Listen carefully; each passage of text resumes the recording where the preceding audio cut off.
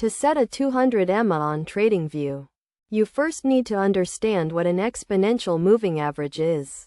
An EMA is a type of moving average that gives more weight to recent price data, making it a popular tool for traders to gauge trends and potential buy or sell signals. To start, open TradingView and select the chart of the financial instrument you want to analyze. Click on the Indicators button at the top of the screen, which looks like a small chart icon. This will open the Indicators window where you can browse through various technical indicators.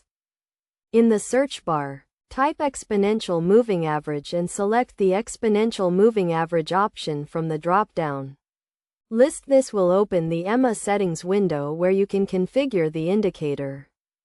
In the settings window, you will see the length option, which is set to 14 by default. To set a 200 EMA, simply type 200 in the length field.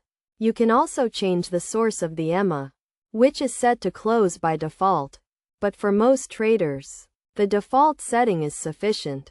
Once you have set the length to 200, click the Apply button to add the 200 EMA to your chart. You will now see a blue line on your chart, which represents the 200 EMA. This line will smooth out price fluctuations and give you a better idea of the overall trend. To use the 200 EMA effectively, you can look for crossovers with the price or other moving averages.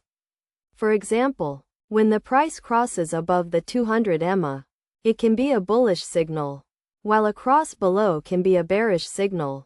It is also important to use the 200 EMA in combination with other technical and fundamental analysis tools to get a complete picture of the market. By following these steps and using the 200 EMA in your trading strategy, you can make more informed decisions and improve your trading performance.